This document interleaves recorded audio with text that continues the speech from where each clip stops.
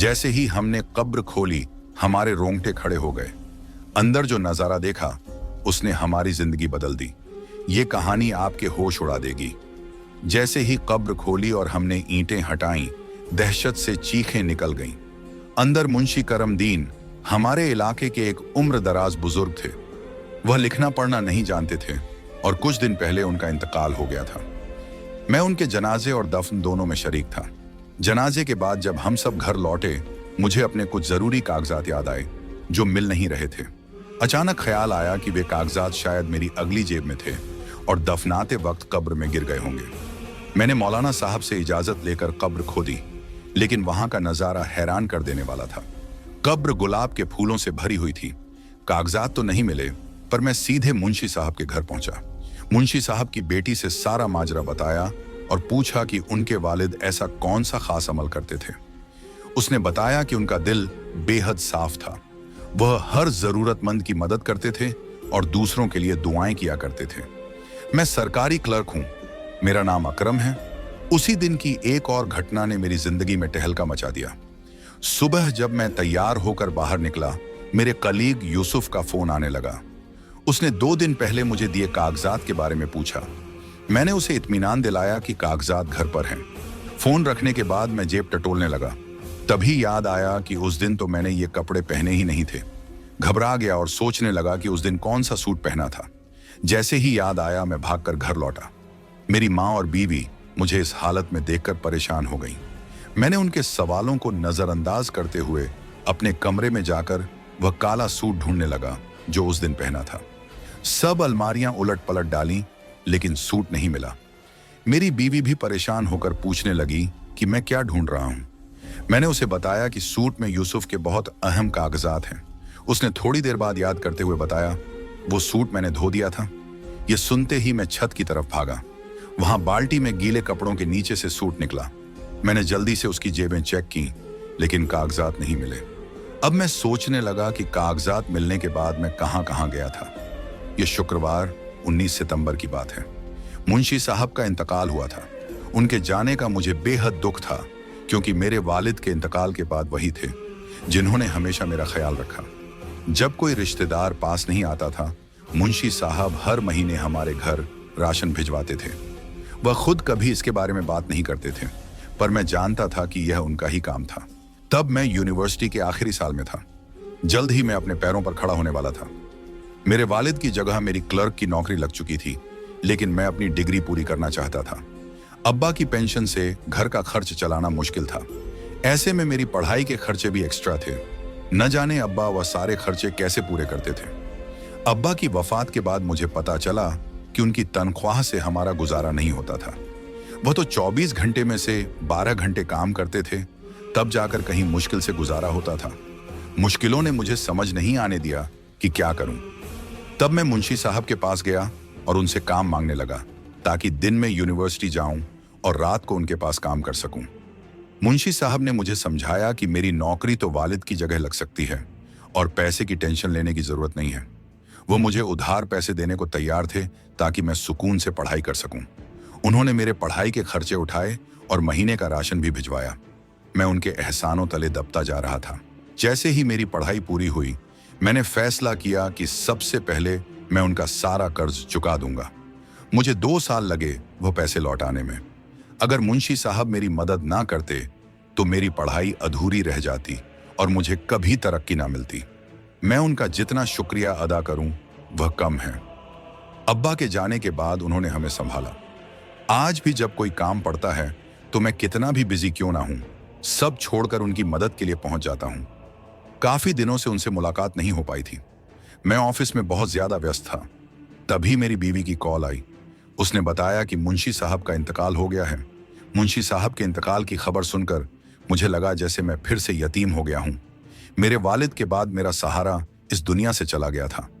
मैं जैसे खड़ा था वैसे ही घर लौट आया। ऑफिस में भी मैंने यही बताया कि मेरे वालिद का इंतकाल हो गया है, क्योंकि मेरे वालिद उनसे बहुत अटैच थे। मुंशी साहब, मैं उन्हें अदब से बुलाता था। वैसे तो मैं अक्सर उन्हें चाचा कहता था। वह भी इस तरह बुलाए जाने पर बहुत खुश होते थे। मेरे सिर पर हाथ रखते, मेरे माथे को चूमते और ढेरों दुआएं देकर रुखसत होते। आज जब वह इस दुनिया से चले गए तो मुझे लगा जैसे मैं पूरी दुनिया में अकेला रह गया हूं। मुंशी साहब हमारे इलाके के सबसे बुजुर्ग शख्स थे। वह लिखना पढ़ना नहीं जानते थे, लेकिन अपने काम में माहिर थे। जब कागज नहीं मिले तो मुझे याद आया कि मुंशी साहब के जनाजे और दफन के वक्त मैं वहीं मौजूद था और मौलवी साहब की हिदायत पर काम कर रहा था। शायद वह कागज मेरी जेब से गिरकर कब्र में या मिट्टी में दब गए हों। अगर वह कागज नहीं मिलते तो मेरी नौकरी चली जाती। मैं किसी भी तरह उन कागजात का हल चाहता था। मैंने मौलवी साहब से मशवरा किया तो उन्होंने कहा कि इस दौरान उनकी कब्र खोदना सही बात नहीं है, लेकिन जैसा तुम कह रहे हो कि कागजात की गुमशुदगी से तुम्हारी नौकरी जा सकती है, तो मैं तुम्हें इजाजत देता हूं कि तुम वह कब्र खोदकर कागज निकाल लो। उनकी यह बात सुनकर मुझे राहत मिली। यूसुफ साहब सुबह से मुझे बार बार कॉल करके तंग कर रहे थे और पूछ रहे थे कि आखिर वह कागजात कहाँ हैं। मैंने अब उन्हें बता दिया कि मैं कागज तलाश कर रहा हूं। आप फिक्र मत करें, बस दुआ करें कि वह कागज मिल जाए, क्योंकि ऐसे मामलों में पुलिस को भी शामिल किया जाता है। हमें पुलिस को भी इत्तला देनी पड़ी। शुक्र है कि मेरा एक दोस्त जो पुलिस में इंस्पेक्टर के ओहदे पर काम कर रहा था, मेरी मदद करने को तैयार हो गया। फिर बिना किसी को बताए हम कब्र खोदने का काम शुरू कर दिए। मौलवी साहब ने हमें जो वक्त बताया था, उस वक्त के मुताबिक हम लोग पहले ही कब्रिस्तान पहुंच गए थे और खुदाई करने लगे। मुंशी साहब के घर वालों से भी हमने इजाजत मांगी थी।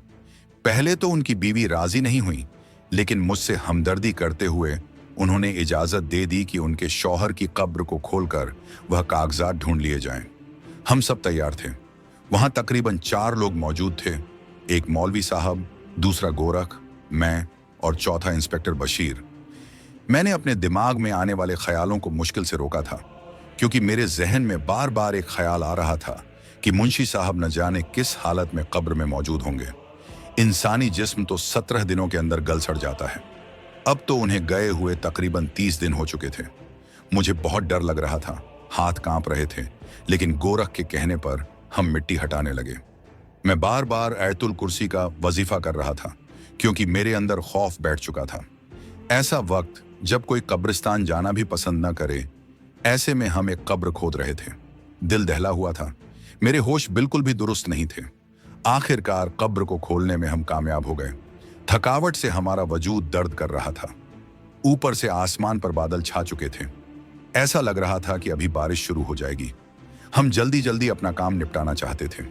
जैसे ही हमने कब्र खोदी, सामने का मंजर देखकर हम हैरान रह गए। वह कब्र तो फूलों से भरी हुई थी। तभी मैं सोच रहा था कि इतनी ज्यादा खुशबू कहां से आ रही है।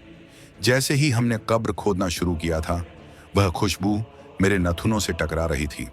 इतनी बेहतरीन खुशबू मैंने आज तक नहीं सूंघी थी। शायद यह जन्नत की खुशबू थी। लेकिन जैसे ही हमने कब्र खोदी, वह फूलों से भरी हुई थी।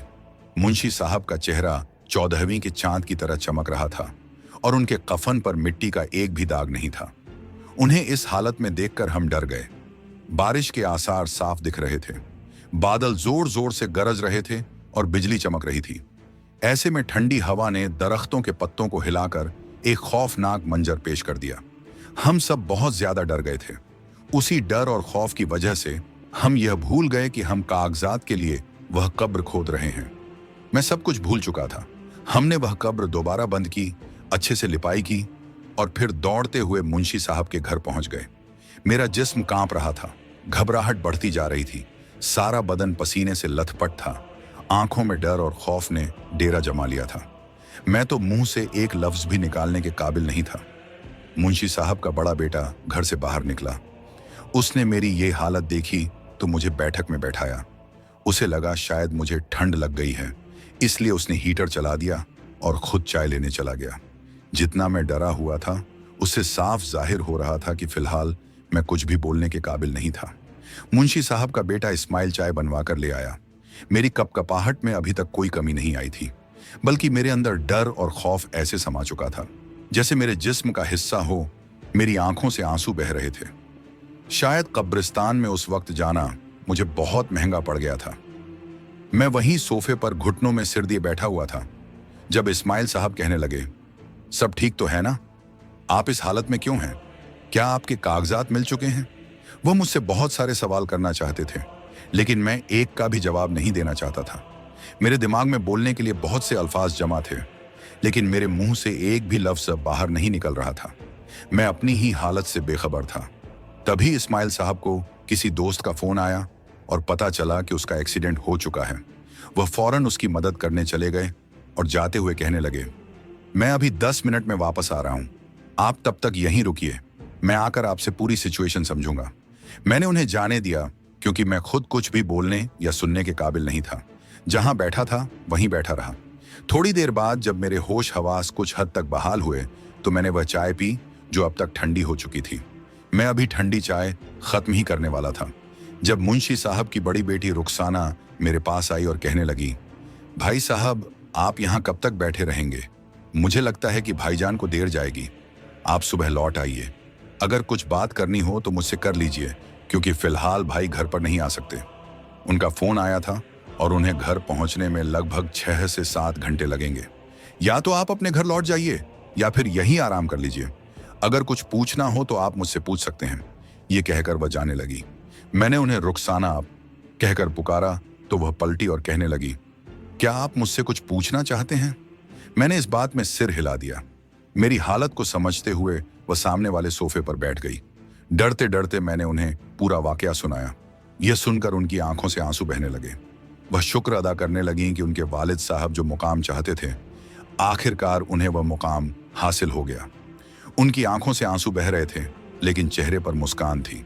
वह बहुत खुश थीं, लेकिन अपने पिता के बिछड़ने का गम भी उनके चेहरे पर साफ झलक रहा था।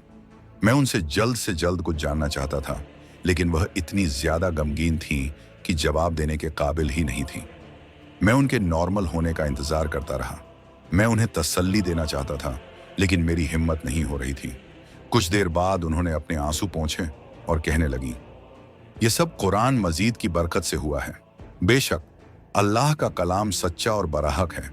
मेरे वालिद साहब पढ़ना लिखना नहीं जानते थे, लेकिन कुरान मजीद से उनकी मोहब्बत बेमिसाल थी। हम बार बार उनसे पूछते थे, आपको तो पढ़ना लिखना नहीं आता, फिर आप इतना ज्यादा कुरान मजीद कैसे पढ़ लेते हैं? वह रोते हुए कहते थे, बेशक मैं गफलत में कुरान मजीद नहीं पढ़ सका, लेकिन मेरे पास वसाए भी नहीं थे। मैं खुदा से हर आयत पर यह कहता हूं कि खुदा, मैं अनपढ़ हूं, मैं पढ़ नहीं पाया और ना ही मैं जान सकता हूं कि आपने कुरान मजीद में कौन से हुक्म फरमाए हैं। बेशक आपके जो भी हुक्म हैं वह सच्चे और हक पर हैं। यही वजह थी कि मेरे वालिद की कुरान से बेपनाह मोहब्बत ने आज उन्हें यह मुकाम दिया। जन्नती होने में उनका शुमार हो रहा है।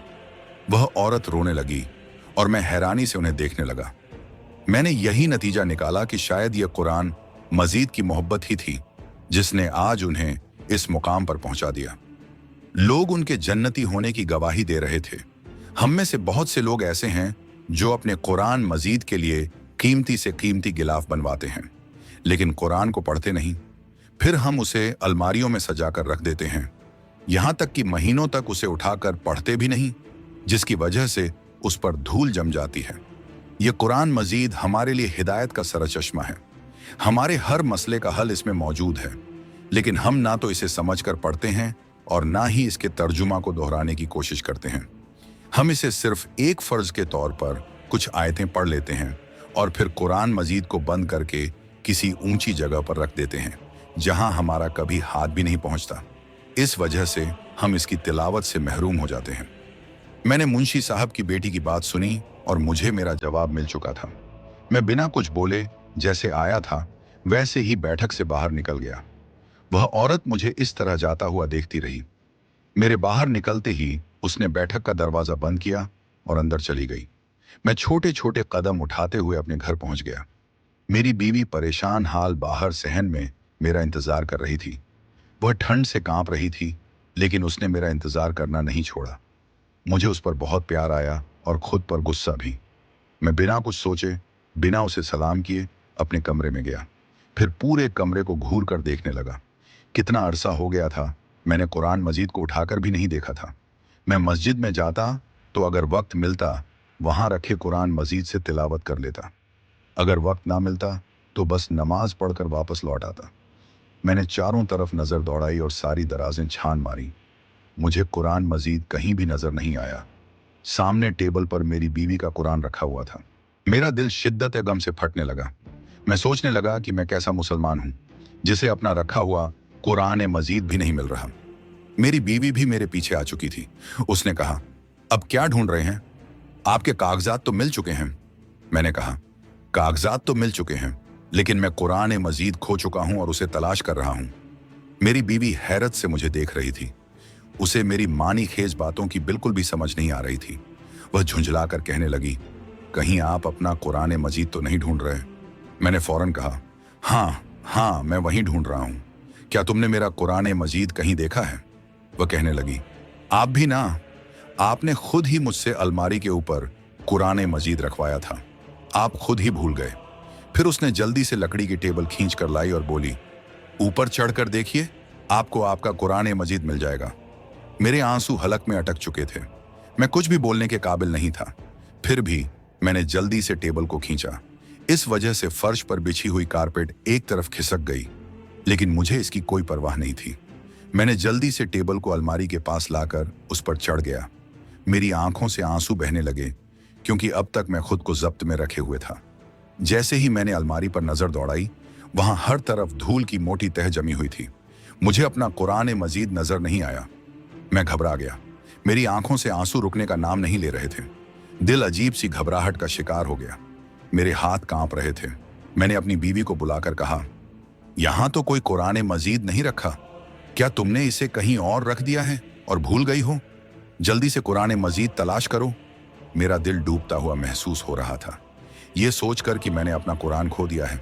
मेरी बीवी मुझे इस हालत में देखकर परेशान हो गई और मेरे साथ कुरान मजीद ढूंढने लगी। हमने सारा घर छान मारा। तभी न जाने कैसे मुझे ख्याल आया। मैंने अलमारी पर जमी हुई गर्द को नजरअंदाज किया था। फिर मैंने अपना हाथ अलमारी पर मारना शुरू किया। गर्द हटने लगी और उस गर्द में से मटमैले रंग की वेलवेट में लिपटी हुई एक किताब नजर आई। वह इस कदर गर्द से ढकी हुई थी कि पता ही नहीं चल रहा था कि वह कोई किताब है। मैंने हड़बड़ाहट में उसे अपनी तरफ खींचा। बहुत सी मिट्टी उड़कर मेरे चेहरे पर जम गई, लेकिन मुझे इसकी कोई परवाह नहीं थी। मिट्टी की वजह से मुझे खांसी आने लगी और थोड़ी गर्द मेरी आंखों में भी चली गई। मैंने कुरान मजीद को सीने से लगाया और जल्दी से नीचे उतरा। मेरी बीवी मेरे पास आई और मेरा चेहरा साफ करने लगी, लेकिन मुझे इसकी कोई परवाह नहीं थी। मैंने कुरान मजीद का गिलाफ उतारा और फिर उसे चूमते हुए सीने से लगाकर 10 मिनट तक रोता रहा। ऐसा लग रहा था कि अल्लाह ने अपनी रहमत मुझ पर पूरी कर दी हो, जिसने मुझे कुरान मजीद से दोबारा रूबरू करवा दिया। जब अब्बा जान जिंदा थे, तब मैंने पूरे 2 महीने पैसे जमा करके ये वेलवेट का गिलाफ खरीदा था, जो उस वक्त बहुत महंगा था, लेकिन मुझे इसकी परवाह नहीं थी। मैं अपने कुरान मजीद को सबसे कीमती कपड़े में लपेटना चाहता था, पर अफसोस मैंने उसे खुद से इतना दूर कर दिया था कि आज वह मेरी पहुंच से बाहर हो गया था। मैं रोने लगा और रोते हुए कुरान मजीद को गले लगाकर बैठ गया। मेरी बीवी हाफिज कुरान थी। मेरी यह हालत देखकर वह घबरा गई और सूरह रहमान की तिलावत करने लगी। उसकी आवाज इतनी प्यारी थी और पढ़ने का अंदाज लाजवाब था। वह समझी कि शायद रात के इस पहर कब्रिस्तान से लौटने की वजह से मेरी यह हालत हो गई, लेकिन उसे नहीं पता था कि मुझ पर हिदायत के दरवाजे खुल चुके थे और इसी वजह से मेरी यह हालत हो रही थी। मैं सूरह रहमान सुनता गया और मेरी आंखों से आंसू और ज्यादा तेजी से बहने लगे। फिर मैंने अपनी बीवी को सारा वाकया सुनाया। वह हैरान रह गई। उसने कहा, बेशक यह कुरान मजीद की बरकत है, जिसकी वजह से हम मुसलमान मुसीबतों से बचे हुए हैं, वरना हमारा हाल भी उन काफिरों और मुनाफिकों की तरह होता, जो जाहिर में तो मुसलमान थे, लेकिन हकीकत में काफिरों के साथ मिले हुए थे। हम जाहिर में खुद को मुसलमान कहते हैं, लेकिन हमारी एक भी हरकत मुसलमानों वाली नहीं है। न हमें अपने दीन की समझ है और न ही हम इस पर अमल करते हैं। रोते रोते मेरी आंख लग चुकी थी, जबकि मेरी बीवी अभी तक सूरह रहमान की तिलावत कर रही थी। मैंने ख्वाब में देखा कि मुंशी साहब मुस्कुरा रहे थे। मैंने देखा कि मैं उनके बिल्कुल पास बैठा हुआ हूं। इतनी प्यारी वादी थी कि आज तक मैंने ऐसी वादी अपनी आंखों से नहीं देखी। शायद यह जन्नत की वादी थी। मैं ख्वाब से जाग गया, पसीने से तरबतर हो रहा था। मेरी बीवी मेरी हालत देखकर परेशान थी। तभी वह कहने लगी, आप नमाज में गफलत बरतते हैं। अभी वुजू कीजिए और ईशा की नमाज अदा कर लीजिए, देखना आपको सुकून मिलेगा। उसकी यह बात मेरे दिल को लगी। मैं जल्दी से उठा और सजदे में गिरकर रोने लगा, क्योंकि आज तक मैंने नमाज को एक फर्ज के तौर पर अदा किया था, लेकिन आज मैंने खुदा की मोहब्बत में यह नमाज अदा की। मुझे दिल्ली सुकून हासिल हुआ। मैंने खुदा का शुक्र अदा किया और फिर कुरान मजीद की तिलावत को अपना रोजाना का मामूल बना लिया। प्यारे दोस्तों, उम्मीद करता हूं कि आज का यह खूबसूरत वाकया आपको बेहद पसंद आया होगा। ऐसे ही और वाकयात सुनने के लिए हमारे चैनल को सब्सक्राइब जरूर करें। शुक्रिया।